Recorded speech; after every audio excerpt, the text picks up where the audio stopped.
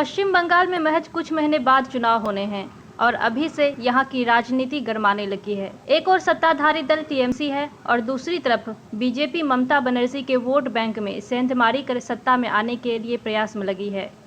बीते दिनों में हुए बीजेपी के बड़े नेताओं पर हमले से जहां एक तरफ बीजेपी ने बंगाल को अपनी नाक की बात समझ ली है, वहीं टीएमसी भी किसी कीमत पर सत्ता से बाहर नहीं होना चाहती। बंगाल में विधानसभा की बात करें तो वहां ममता बनर्जी के पार्टी के ज्यादा वोट हैं और इसी आधार पर 2011 से अभी तक ममता बनर्जी सत्ता पर काबिज हैं। लेकिन बीजेपी ने अभी से टीएमसी के वोट बैंक में सेंधमारी शुरू कर दी है और ममता बनर्जी के सबसे खास रहे पूर्वी मेदिनीपुर जिले के नंदीग्राम निर्वाचन क्षेत्र में टीएमसी के विधायक शुभेंदु अधिकारी को अपने पाले में लाने की जुगाड़ में लगी है। शुभेंदु को ममता का दाहिना हाथ माना जाता था और बंगाल की लगभग 50 सीटों पर इनका जबरदस्त प्रभाव है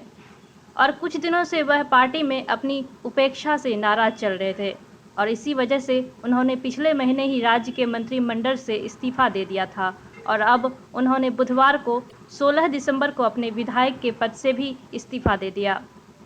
आपको बता दें, शुभेंदु ने ही 2009 में नंदीग्राम में वाम मोर्चा की सरकार के खिलाफ भूमि अधिग्रहण विरोधी आंदोलन में ममता बनर्जी की मदद की थी और इसके बाद तृणमूल कांग्रेस 2011 में सत्ता में आई और अब बीजेपी ने समझ लिया है कि शुभेंदु का साथ लेकर वह बंगाल में अपना झंडा गाड़ सकती है। बंगाल में 19 दिसंबर को ही गृह मंत्री अमित शाह की रैली और कार्यक्रम है और माना जा रहा है कि इसी दिन शुभेंदु भाजपा का कमल थाम सकते हैं। अगर शुभेंदु ने ऐसा किया तो बीजेपी को चुनाव में ज्यादा सीटें मिलने की संभावना बढ़ जाएगी क्योंकि शुभेंदु का अपने इलाके पर मजबूत पकड़ है। Bureau report, live India news.